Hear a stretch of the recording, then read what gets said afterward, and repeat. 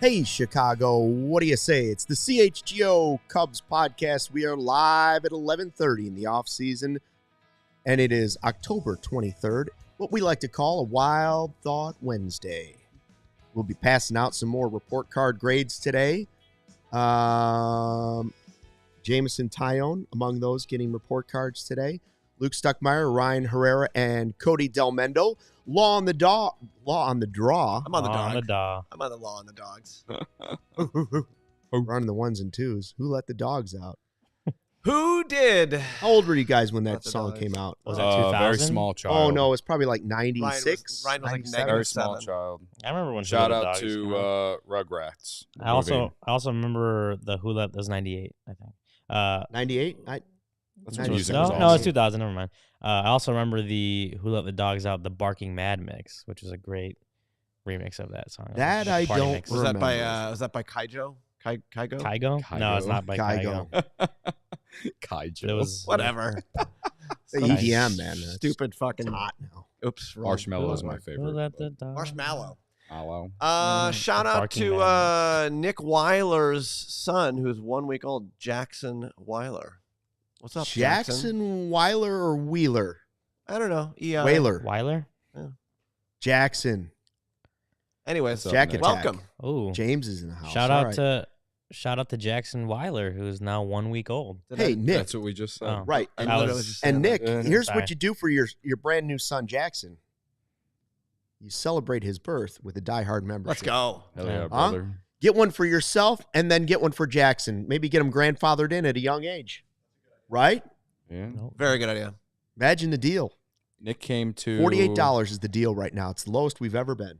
I believe Nick came to Friday 120 Club this season with his significant other. I hope I got this right.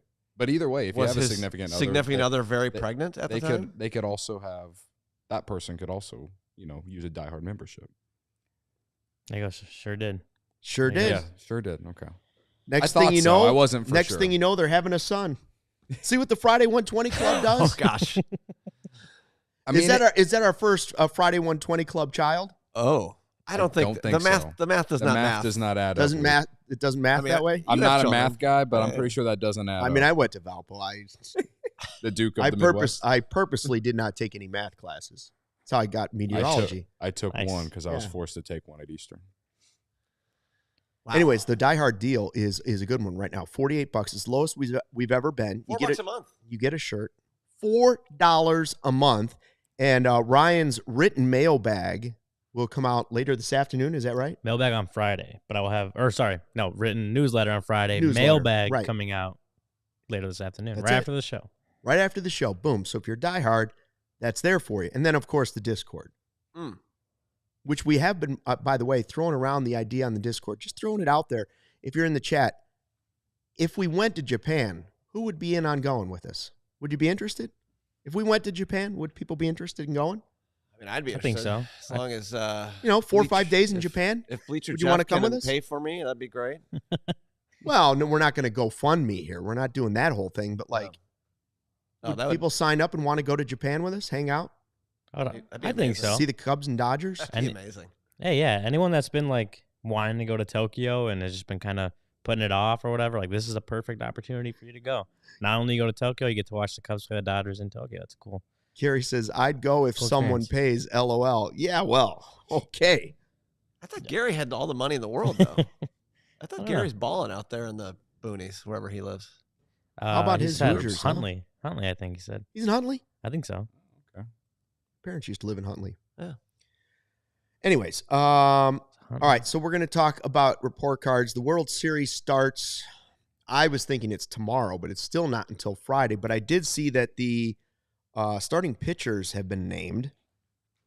One, Jack Flaherty going for the Dodgers, which I know that the Tigers signed him originally so that they could move him, but I also wonder what they were thinking once they got to the postseason and made that run, if they thought to themselves, man, I wish we had Jack Flaherty. Because he did have a pretty good season. The former Cardinal, has had tons of injuries. He was their ace. In 2023, he pitched for $5.4 million for the Cardinals because of all those injuries. And then in 2024, he got a $14 million contract from the Tigers and 3.17 ERA, 3.1 WAR. I guess, so that was my wild thought Wednesday was, okay, if you don't get Corbin Burns, you don't get somebody else, would you be willing to take a flyer on 2-3 year deal for Jack Flaherty, or do the injuries just scare you too much? I don't think anybody's giving him like a 5-year deal because I think the injuries are too scary. Like he also just wasn't good before this year, right? For like a nice stretch. But he was thought of as Bellinger. He has like ace type stuff. Like he was going to be the ace of the Cardinals. He just was constantly hurt. So a shorter term deal, would that be one you would roll the dice on and be willing to, for instance, take the Kyle Hendricks money and say, hey, Jack, here's 2 years of Kyle Hendricks money? I mean, I personally have been all about, like, I wish the Cubs would have picked him up last offseason. Just because he would have cost you nothing last offseason, and he was coming off a very mediocre season. So now that his value's up, it's kind of like, depends on how many years. Like you said, 2-3 years. I don't even know if I want to go 2-3 years. I'd go maybe 2 years with an option after the first. You think he's going to have to settle for 1-year deals?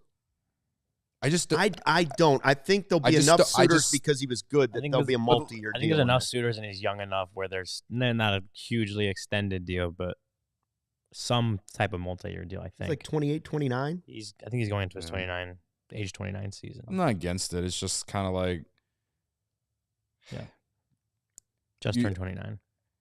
I'm not against it. I just also feel like you have some guys that you're high on. I'm not saying that Flaherty would block them because, as we've seen, injuries are a thing. But you just don't really know what you're going to get. You know what I mean? Like, that's my fear. And, I guess I'd go 3 years tops and put an option after both the first and second year. 3 years scares me. Yeah. Now you're, it could play out great. If you get the guy that pitched this year for the Tigers and you sign him to a 3-year deal, you'd say, wow, look at us. We've got Taillon, we've got Steele, we've got Imanaga, we've got Flaherty, and we have the group of young guys either coming up or used as chess pieces for somewhere else. Sure. Like I go back and forth in the thinking of this because it's like you can't rely on all these young pitchers to provide you 30 starts. At least Flaherty has been able to do that before. He's been able to pitch full seasons. He's proven to be able to do that, and he's proven to be a top of the rotation guy in the past. So I just don't. 1 year is 1 year. It's like Bellinger is a great example here. Yeah, you know what I mean. And I'm still okay with the fact that they re-signed Bellinger, like they needed to do it. Now, but here we are a year later, and a lot of fans want him to opt out. A lot of fans are hoping he opts out. And it's it's kind of a similar situation with Flaherty. So I'm not against it, but I'm also like I'd rather just go get Fried or Corbin Burns. Jay Andrews in the live YouTube chat says it would be like Jed to sign him for 3 years and he'd be injured 2 of the 3 years. Flex Dig says Yankees and Dodgers in the World Series, and we're not even in the same stratosphere. Ryan, I ask you, which is the more proven, dependable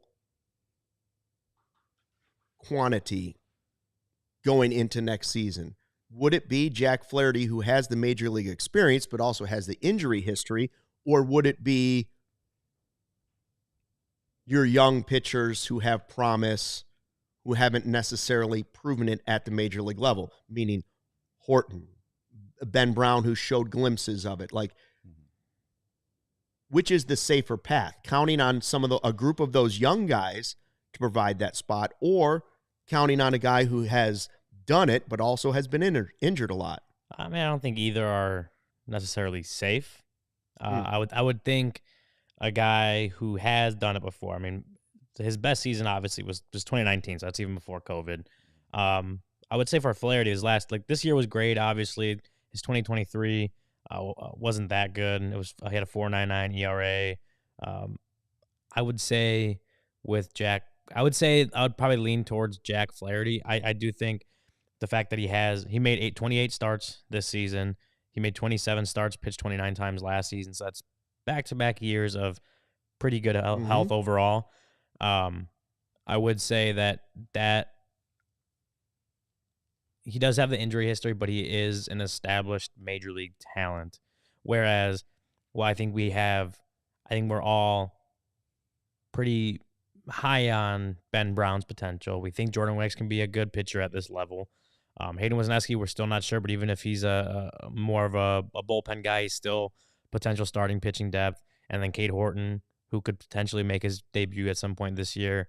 Someone we're really high on, the best pitching prospect in the system, right? Like, I think that all matters, but none of those four guys contributed immensely to this team this season, when a season that you kind of needed two or three of them to do so. So I don't think you can go and count on that group, the young starting pitching group, to be what you need them to be in 2025, based on the fact that most of them were injured for most of the season this season. That's the problem. They're just not proven at the major league level. Again, I think we're high on a lot of these guys' potential. They're just not proven at the major league level. Jack Flaherty has his injury history, sure, but he is an established major league talent. I don't think if I'm choosing between the two, it's probably the safer option is to go and sign Jack Flaherty. I think the Cubs should aim higher if they're addressing the starting pitching position. I'm with you. This offseason, but between those two options, it would seem to me the safer option is going and getting the established major league talent to bolster that rotation. And depending on what the deal is, obviously, as well. But I just went and looked up his numbers with Detroit and then the Dodgers. We've talked about in the past this season how the Dodger Stadium, like the most homers have been hit at Dodger Stadium, right? And I know there's Ohtani there and all that, right, but Mookie Betts and Freddie Freeman didn't exactly have their greatest seasons that they've ever had, right? Muncy, I don't remember how many he hit, but either way, there's been a lot of homers hit there. When you look at Comerica Park, though, it's a big park. Right. It's a good ballpark for him. That his ERA with Detroit was 2.59. Really good. And in LA, it's 3.58. His FIP was pretty different, though. He had a 3.12 FIP with Detroit and a 4.16 FIP with the Dodgers in the regular season, at least. So, as we've talked about, weather played a factor at Wrigley in the pro and the negative this year. But I will say that I think he generates more swing and miss than a lot of what the Cubs have. So I like the guy. I just think it's such a toss-up on what you're going to get. And I only brought up like the two different teams just because ballparks do matter when it comes to some pitchers. You know what I mean? Like, no one goes to Colorado for obvious reasons. Like, no one wants to go to Colorado unless you're going for money, of course, which, but Wrigley played like a pitcher's park this year. Will it next year? We don't know. You're the weatherman, Luke. Tell me. that's true. It will if you have Corbin Burns in the rotation. That helps. Like, to what people are saying in the chat, Jay among them, I think Ryan is going this way. I would aim higher. If you can get Burns and you can throw the money at Burns, and now you have your clear ace and you have Steele and Imanaga, and you still have the young guys that you can mix in, that's great. That's where I would go. I'm just pointing out that Flaherty could be a cheaper backup plan if things don't happen. That, wouldn't excite me nearly as much, but would also be a pretty good deal. Time to tell you about one of our great sponsors. Did you guys know that ComEd can help businesses save money by becoming more energy efficient? You know what, Luke? I actually didn't know that ComEd did that. It's crazy, Ryan. The energy efficiency program can help find up to 35% in energy savings. Wow, really? What does a business have to do to get that? I'm glad you asked. All they got to do is sign up for a free facility assessment at comed.com/biz. Wait, so if it's that easy, why aren't more businesses doing it? That is a great question. Maybe they forgot the website, you think? Yeah, maybe. ComEd.com/biz. ComEd.com/biz. ComEd.com/biz. That's enough, Ryan. Thanks. That should do it. Terms and conditions apply. Offers are subject to change. Actual savings will vary by customer's energy usage and rate. The ComEd Energy Efficiency Program is funded in compliance with state law. I want to tell you about our great friends at Empire Carpet. Empire Today, you get to shop at home convenience, the right product for your needs, quick and professional installation at a low price guarantee. Empire Today is the best place to get your new flooring, so of course they have copycats. But Empire can't be beaten on quality, service, speed, and competitors advertise low products that Empire just wouldn't even carry. Empire won't promise you the lowest price because anybody that's doing that is putting flooring in your home that they wouldn't put in their home. They keep shopping for floors simple with a curated product selection. Empire's philosophy is to help you find what you need, not overwhelm you with thousands of choices and substitutes.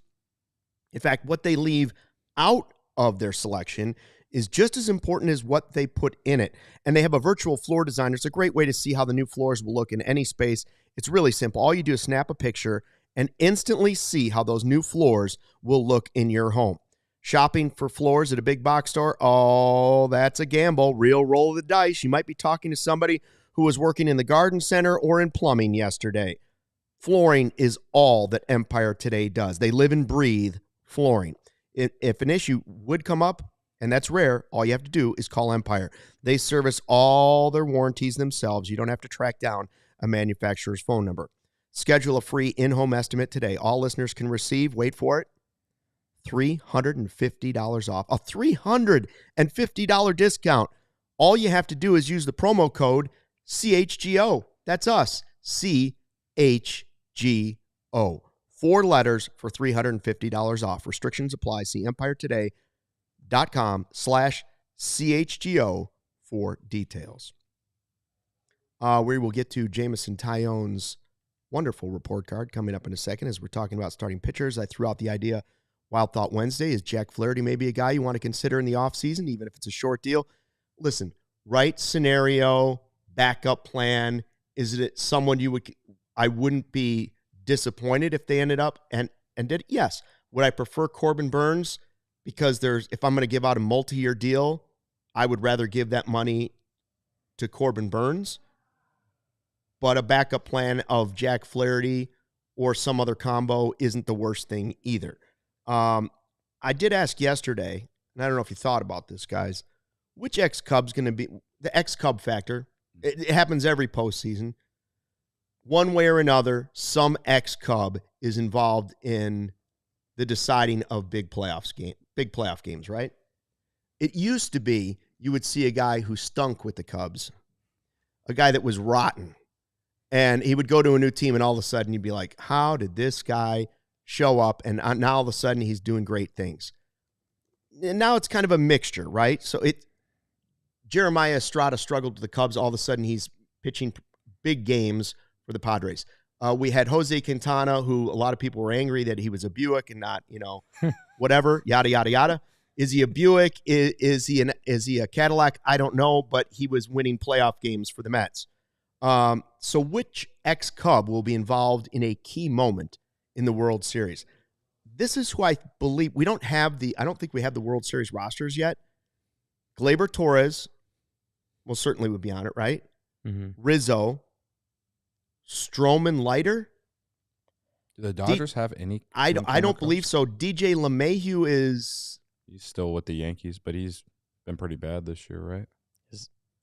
Honestly, I didn't see him recently. DJ LeMahieu played a lot during the regular season, but I didn't know if he was injured. Let me check. Maybe I didn't follow the Yankees enough. Look it up, right?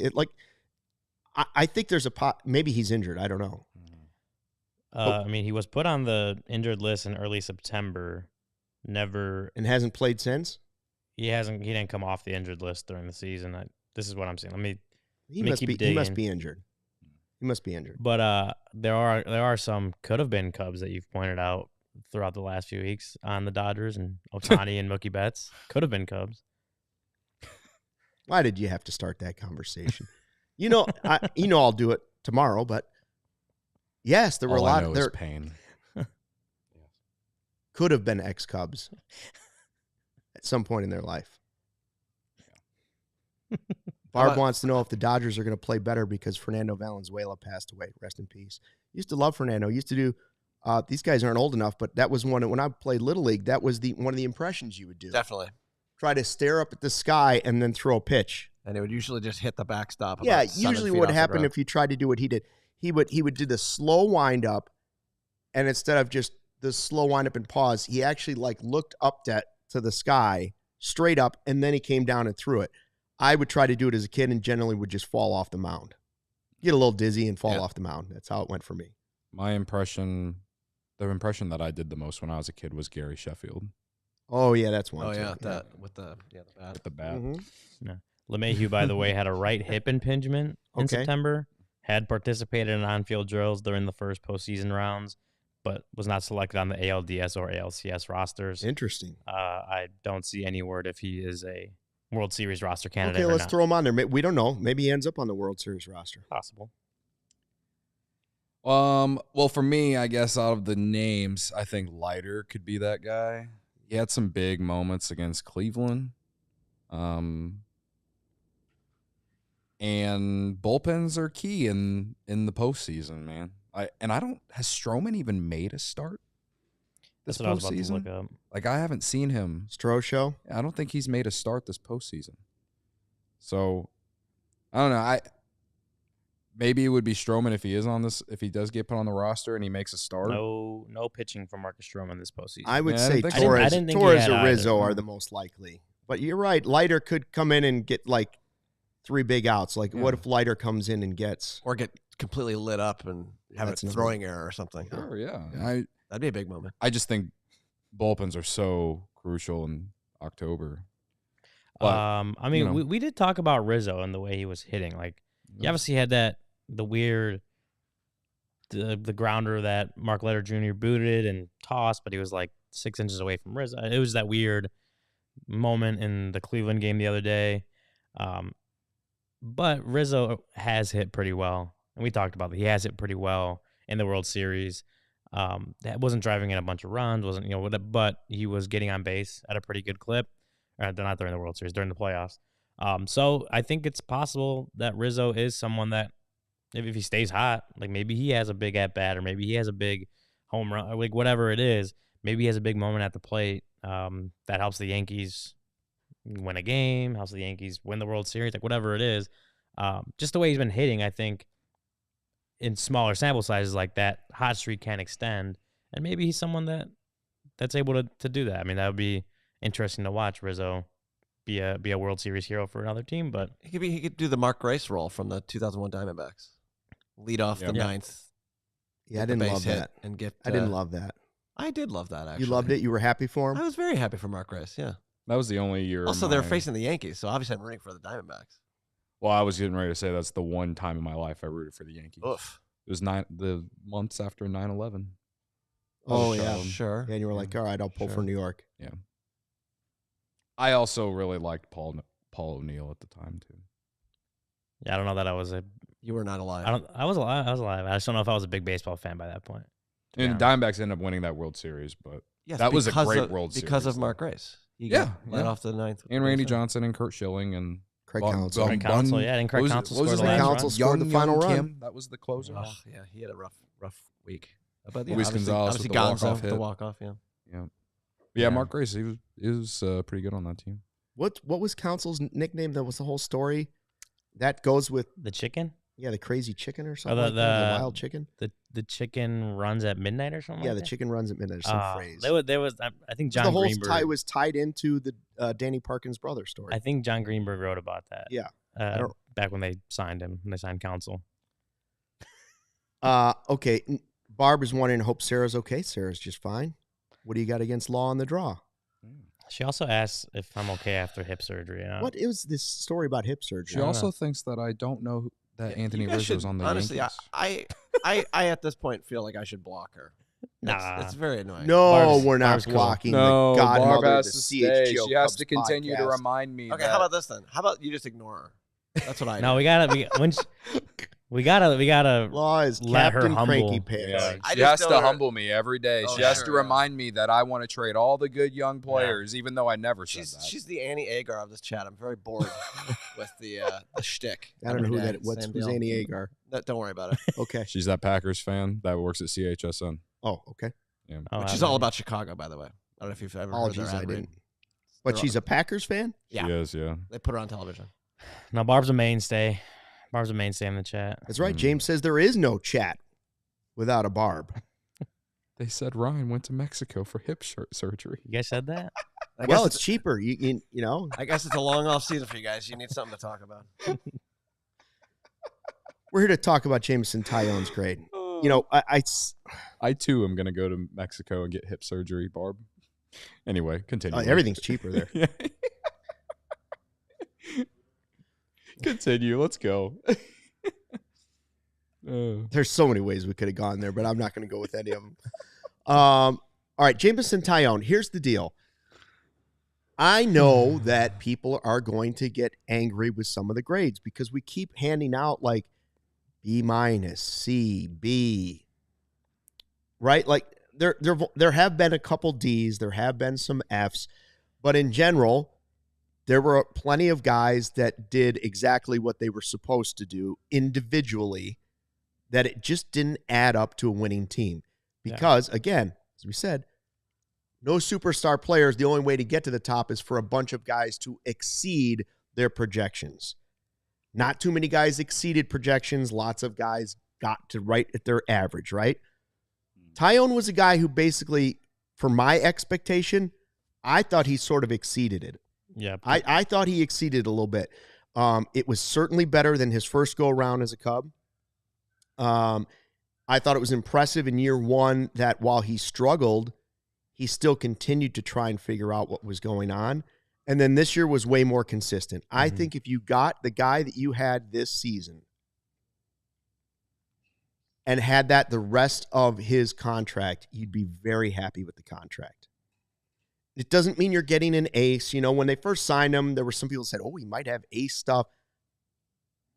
Yes, if you're gonna hope and wish for exceeding projections, sure.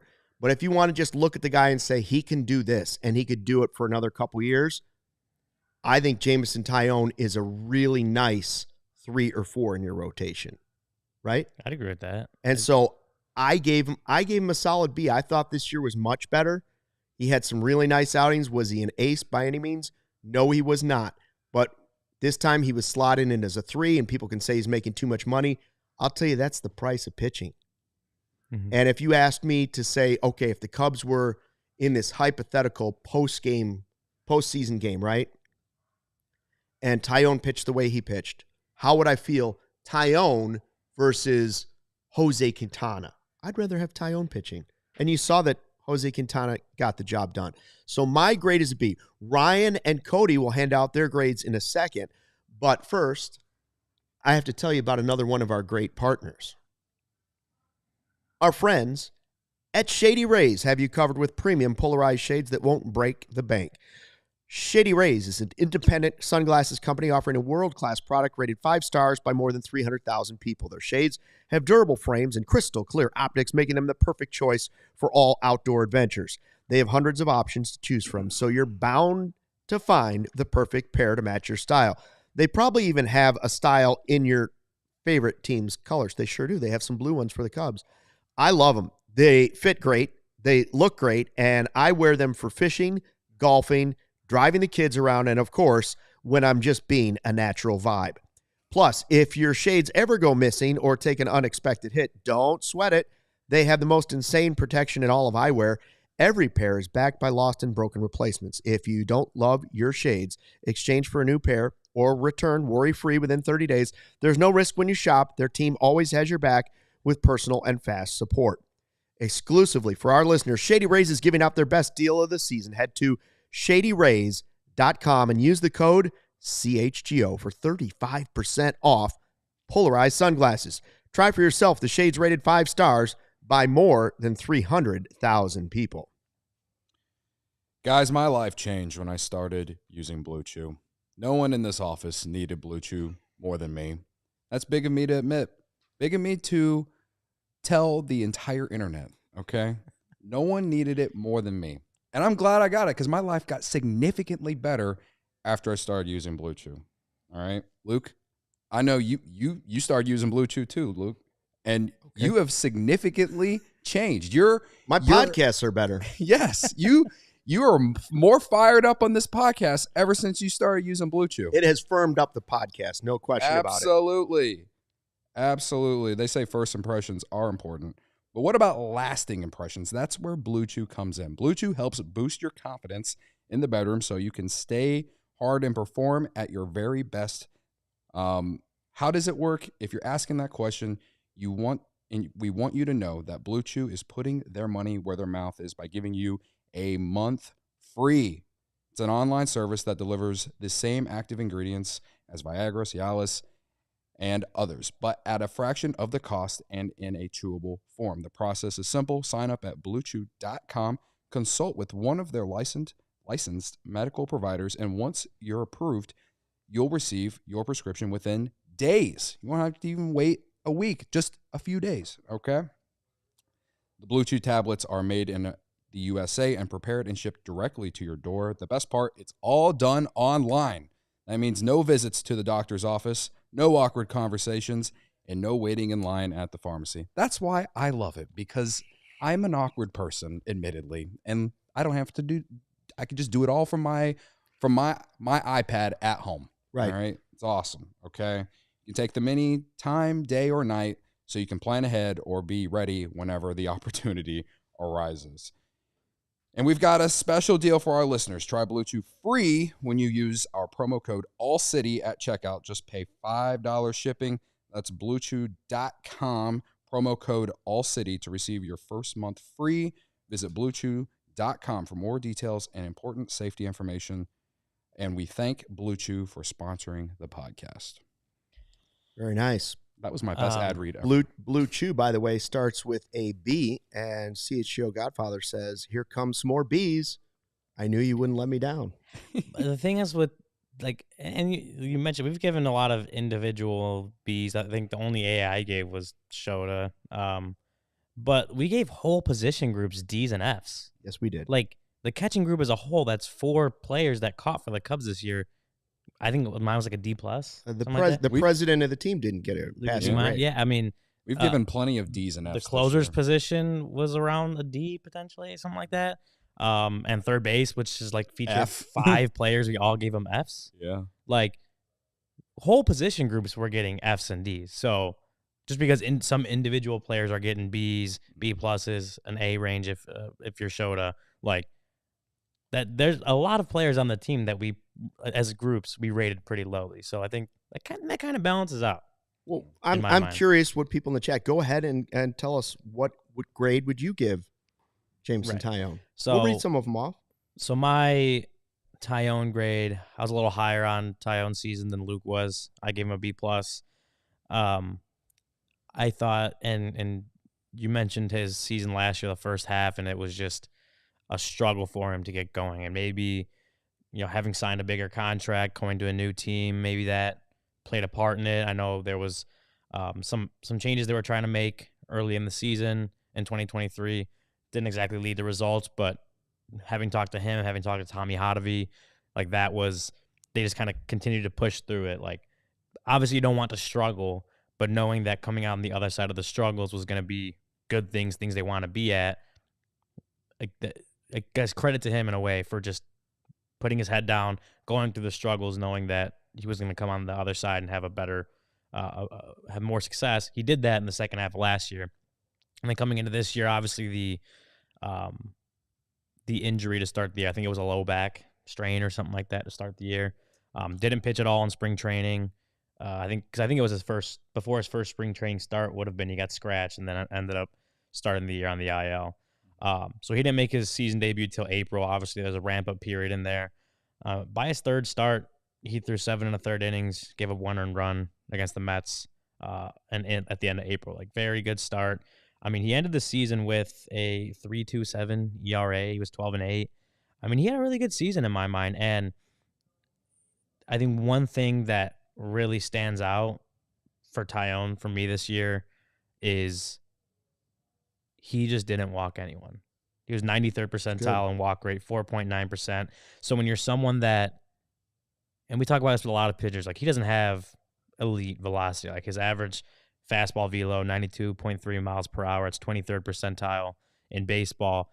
When you're a guy that's going to give up, it doesn't blow pitches by guys, so you're not going to strike out a ton of guys. Gives up contact, whatever. You can't allow free passes. You can't allow base runners to just go and make situations where you do give up contact worse because you had guys on base, right?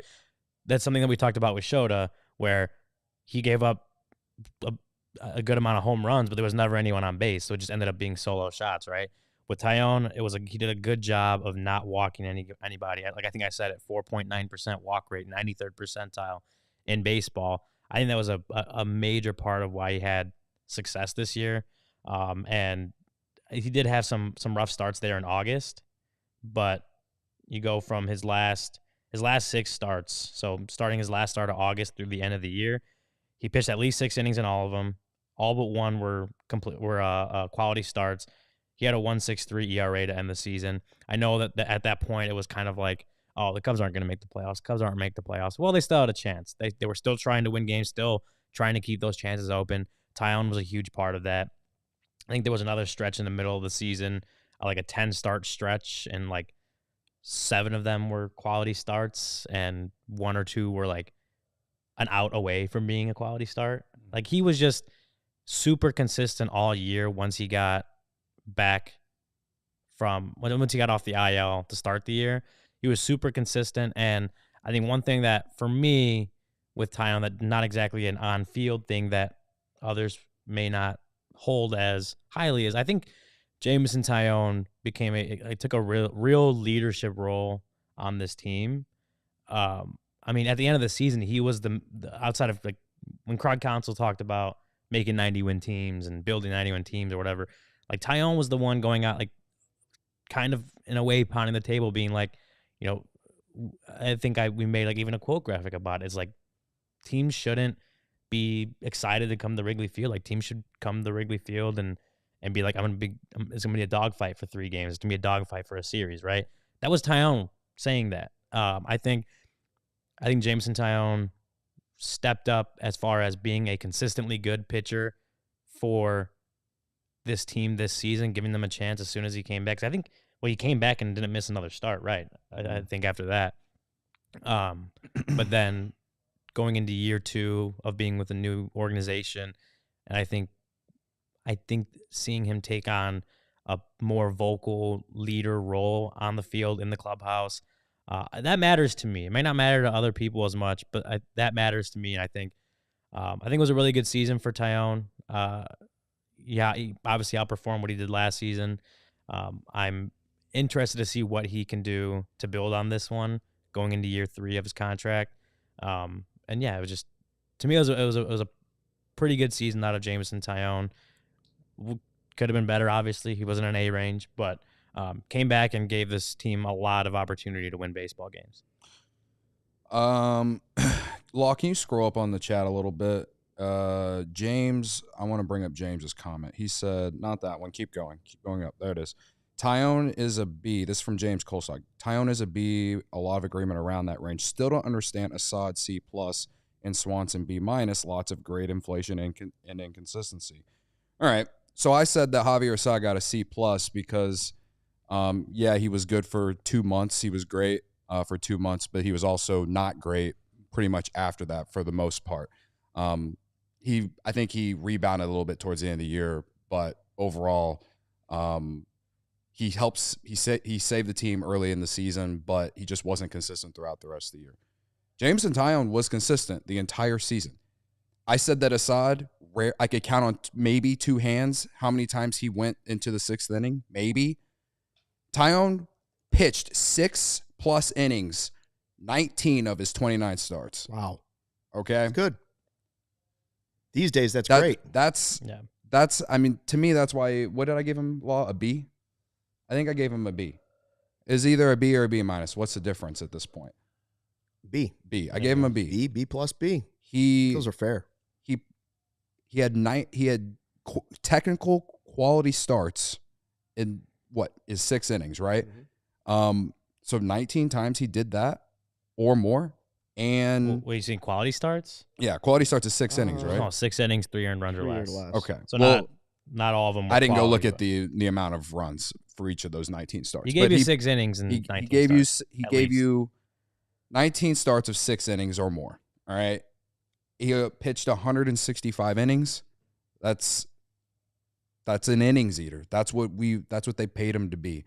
Obviously, like Ryan said, it'd be nice if he got a few more swing and misses. I do think, and I feel like we've said this for a few guys, the weather factor at Wrigley certainly helped him this year comparably to last year. I still am afraid every time he faces a left-handed hitter.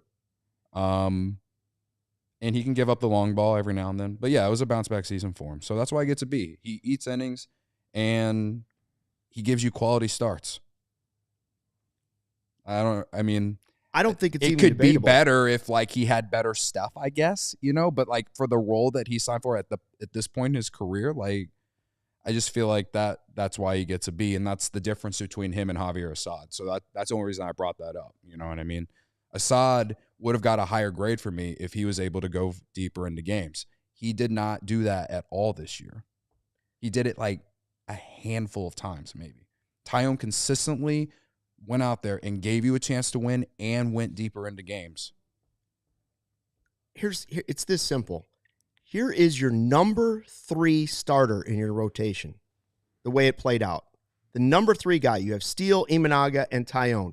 Your number 3 starter finished 16th in all of baseball for starters in ERA. Yeah. 16th. You know who's right ahead of him at 15th? Jack Flaherty. No, I'm sorry. No, it's not Jack Flaherty. Max Fried is 15th. One better than him. Jack Flaherty is 13th. You go and you just cut it down to National League. The Cubs have 2 guys in the top 10 in ERA. And that's without Justin Steele reaching the required innings. So you have Imanaga at 3 and you have Taillon at 6. One of the most disappointing parts of this season is obviously not getting to the postseason. The other is wasting a really good season from Jameson Taillon, a guy that took a lot of heat after year 1. He was really good. Halfway through year 1, it was like, this is the worst contract signed ever, right? I heard people saying DFM. Yeah, it was finished that in the chat. It's like, oh, my God. He was 6th in the National League in ERA. You know who he was ahead of? Aaron Nola, Freddie Peralta, Dylan Cease.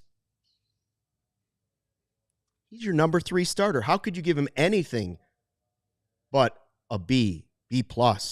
I could have gone as high as an A- out of him, considering who he is. You're not asking him to be the ace. That's a guy who pitched better than the ace of the Milwaukee Brewers. Yeah. He's at least a B. Yeah. And it didn't add up to anything, but it is a wasted season. It's one of those seasons where it's like last year you looked at it and said, man, we wasted lucking into a good season out of Yan Gomes. This is a year where you're going to look back and say, man, we really wasted a great season from Imanaga and Taillon. Yep. And you hope they can do it again next year. That's what you're hoping for. All right, we have another grade to hand out here in just a second. It's going to be Mr. Ben Brown. But first, say prost to bigger and better savings on your next vehicle because Cartoberfest is going on right now at Ray Chevrolet. Head in today to shop their huge selection of new Chevy models at new low prices. Right now, take $3,000 up to $12,000 off MSRP on most new Chevy models, or cruise through fall your own way and shop over 125 vehicles priced under $20,000. As one of the top-selling Chevy dealers in the Midwest, you're always able to shop one of Chicagoland's largest Chevy inventories. Visit our partner this October at their location on Route 12 in Fox Lake or at raychevrolet.com. If you've heard of Ray Chevrolet, then you've also heard of Ray's Price Promise. They're guaranteed to make your next vehicle more affordable than ever with no price changing, no add-ons, no hidden fees ever. That means the incredible prices we're talking about now, you can expect to see the very same when you shop Ray Chevrolet in-store or online. Shop Cartoberfest all month long by visiting Ray Chevrolet in Fox Lake or raychevrolet.com. They've been serving the community since 1963. Together, let's drive. James replied in the chat saying something, scroll up below, thank you. He said, this is Assad's second year. Assad made $755K, had a sub-4 ERA, 8 innings, had a winning record, a 6-pitch mix, and nothing was expected of him. That's where James just wants a higher. He just wants a higher grade for Assad. Yes, he's very upset about me giving him a C+. Listen, The point of why I'm reading that though is like when he said that nothing was expected of him. I disagree with that. He had a really good 2023 season, and it wasn't as good as his 2023 season. So I think you can make the argument that he deserved a B, I guess, sure. But what's the difference? I mean, I give him a B-. I think I saw we're getting bent out of shape of what level of B we're giving guys. And like a B- and C+ is also not that different of a grade. It's just the letter looks worse, I guess. Yeah. Our grades won't impact the players' lives at all. I would hope not, because if I hope my F impacts Jed Hoyer and he goes out and signs Juan Soto. Good point. Credit to you if he does. But what I was going to say was, you want to talk about like quality starts and stuff. Assad only pitched into the sixth or completed 6 innings 7 times. He pitched into the 6th inning a couple more times, completed 6 innings 7 times out of his 29 starts. And 1, 2, 3, 4, 5, 6. 6 of those 7 were quality starts. I want to say Taillon completed 6 innings 8 times, and 18 times he completed 6 innings. Did I miscount? And like 15 or 16 were quality starts for him. That's still pretty good. Okay. That's really good. Yeah. You know, I think again, like we're getting lost in like the level of B. We're giving guys like a B. A B is still a good grade, regardless of like a B is a good grade. I don't know. I'm not gonna get I don't worked up over the that. Best I ever got. Let's be honest. I'm not even really bothered that James disagrees with me on this. It's more just like I'm just trying to explain my stance. I gave Assad a C+ because he wasn't nearly as good this year as he was last year. Is it his fault completely? No, because I think he should be a swingman role, and they forced him to make 29 starts this year, which forced him to hit a career high in innings. Did he do fine in the role? Yeah, he was a solid 4 or 5 starter. He was an average player. That's why he got a C+. Taillon, like Ryan just said, 18 starts where he pitched 6+ innings. Yeah. All right. 16 of them were quality starts. Top 10 in the National League in ERA. Like, that's just better. That's just point blank better. Yeah, that's why he gets a B. And like, so I think James also had said at one point, like, we're also grading based on like expectations and stuff like that. And in a way, yes, but it's also like Aaron Judge could have had an 8 WAR season instead of his like 9.2 projected WAR season. He's still getting an A+ from me. Like, just because he didn't meet his expectations, he's still had an insane season, you know? Let's be clear. We all have different criteria, and they may be different for different players. Sure. There are no rules because we're here for the vibes, not the facts. We've never told facts. Me and Luke have never told facts here. I've sent a few facts in my day. It is what it is. It is what it is. It is what it is. Don't get too worked up on it. We're just having fun. Okay, Ben Brown. I thought about giving Ben Brown an incomplete because, like Wicks, there just wasn't enough to judge. But in this case, I felt like I did see enough in year 1. So I went. I didn't really know where to go. I went B-. Here's why I went B-. This simple. It wasn't about stats. It wasn't about any of that stuff. I wasn't comparing to other players. It was more about vibes. I looked at him, and when he did pitch, I saw a passing grade. I saw a guy that in his first big league experience, I look at him and I say, that guy passes the eye test. He's going to be a major league pitcher. Now, the season didn't last nearly long enough, and I don't really fully even understand what his injury is. So that part was disappointing because I think he could have been taking his B-, and I think he could have really started to amp up that grade. That grade could have climbed, and we could have been really excited about him going into 2025. The injury thing throws it off, but what I saw was a passing grade. My eye test was that guy's a big league pitcher.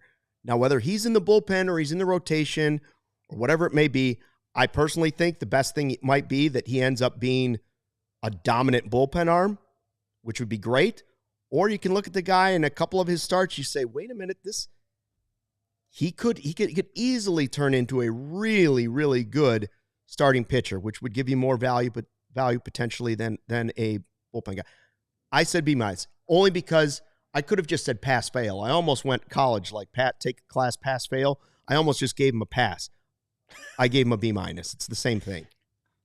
What if like someone retires mid-season and we give him like a withdrawal, like a grade in college, a W? I don't know. I almost went pass fail. You gave We did not grade Saya yet. Orange juice. Orange. Yeah, you did. You did that weeks ago. I don't think we did. I did that show. Did we? Saya, I don't think we did Saya. I swear you did that. We may have talked about. I mean, the Saya. template says grading Saya Suzuki. Maybe that's from last year. I don't know. It could be. Yeah, I don't know if we. Maybe we did. Whatever. Well, if we Never did, mind. we're just going to do it again. Yeah. We have 6 months. Yeah. I agree that what he showed, Ben Brown showed, was good and was definitely good enough for a really solid passing grade. I just didn't see enough. I gave him an incomplete for the season. What he pitched 15 times this year. I want to say that was 4 more times than Jordan Wicks pitched. Let me say, 14 games pitched, 8 were starts. So he actually started fewer games than Jordan Wicks did. The benign area concern, the neck thing is still confusing. He didn't pitch. I've never heard of it. It was confusing at the time. The timeline during the season tended to like go back and forth on what the expectations were, what the timeline was. And he obviously didn't pitch again. He didn't pitch after June 8th. He did have that. I mean, the 7 no-hit innings in Milwaukee was awesome. But he didn't and that was like the high point of his season for sure. And I'm with you that he showed a lot of good things, a lot of things to be excited about. Basically dominating with 4-seam curve, right? Like that was 97%, 98% of his pitch mix this year. Okay. Did a really good job with it.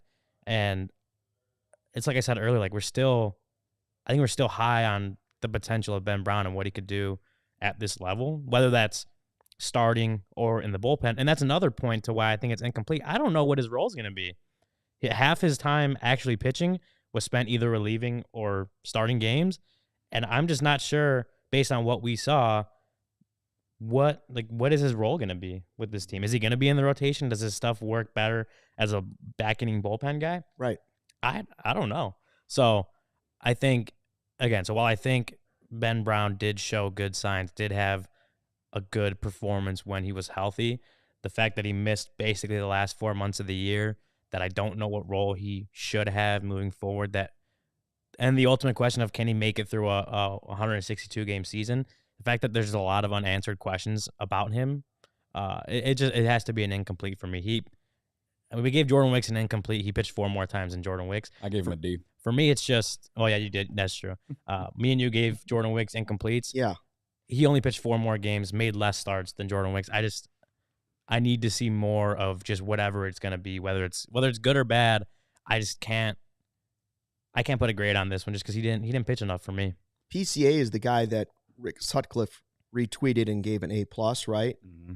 And I think we all gave him like he a B. probably might not be happy with our Ben Brown incomplete and B- so far either, because I know that he really likes what he sees of Ben Brown. But that's why, me too, I like the eye test. Mm-hmm. But like Ryan said, I can't go as high as that because we just haven't seen enough of it yet. Well, I would also say, based on not seeing enough of Ben Brown, like he had a lot of success when he was there. Mhm. He didn't really go through like this period, the teams adjusting to him, right? There No, wasn't a that's lot of data and given. that's disappointing. And so I'm saying is like he could have, had he stayed healthy, he could have gone through those struggles of, Would've been good. teams have more data on him. He's struggling right now.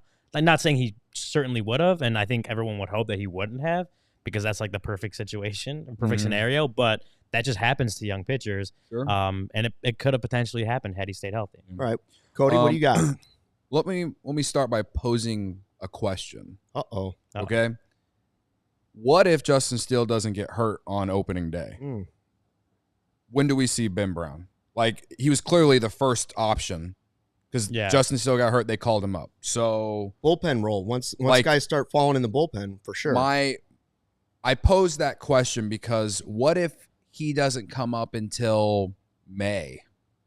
You know, not April. Just say, what if he doesn't come up in April and he's able to pitch longer and we got these results? Like, I still, what did I give him, Law? A B? I gave him a B. Okay. I say B just because when you look at Fangraphs, the results are there, and he had no expectations. I will agree with James on this one. Like, look, for rookie players, it's hard to put any expectations at all. And in some ways, that's why I kind of felt bad about giving PCA a B-. However, when you hit below 200 for 2 months, you can't get an A from me. I'm sorry. Okay. Ben Brown was awesome the entire time he was with the Cubs before he got hurt. The only reason that he doesn't get an A from me is because he was hurt the last 3 months of the season, and he was hurt in Iowa last year. So he has an injury history now. So I couldn't go higher than a B, but like you guys said, there's a lot to like, whether it's bullpen, whether it's starter. I'm willing to see them both play out. But he was a 1.3 WAR for a guy who pitched 15 games. You know, like, when he was out there, he was great. And this is more on the front office than it is Ben Brown, but him going down turned out to be a huge loss for them, because then they had to rely on some other guys who were not nearly as good as him or have the stuff that he has to try and win games with. You know what I mean? Like, he was a really solid piece for that bullpen, or as a starter, he excelled in both roles. And whenever he went down, then you're relying on, you know, these other middle relievers that maybe necessarily weren't as great. Drew Smiley, for example. They were going to pitch Drew Smiley anyway because he's on the roster. You're paying him $9 million. Lefty. But and he's a lefty. But I'm just using that name as an example. They used Drew Smiley in a lot of high leverage spots. I guarantee you they probably would have rather used Ben Brown in some of those high leverage spots down the stretch. You know what I mean? So the best ability is availability, but he was a rookie, so I won't put too much on him. But I think you can easily make an argument for him to be an A if he had pitched a little bit more. As a man of integrity, I like both of your grades better than mine. There it is. The Bears show is coming up next live. That's at 1 o'clock. Your Bears podcast, CHGO Bears. They're all there. They're in a meeting. They're in the glass cube. They're talking about how great they're going to be. Braggs is in there doing crazy things. Carm's across the table, shaking his hat at him. They got a watch party at Almost Home this weekend. They're going to have a good time. Yeah. Thanks to everybody who joined in the live YouTube chat today. Make sure you sign up to be a diehard and subscribe to the CHGO Sports YouTube page. We're back at 11:30 tomorrow. Thanks to Law on the Draw for keeping us live up on the internet, on the YouTube. Yeah. And until tomorrow at 11:30, thanks for watching. And, of course, fly the W. We all silly like the mayor.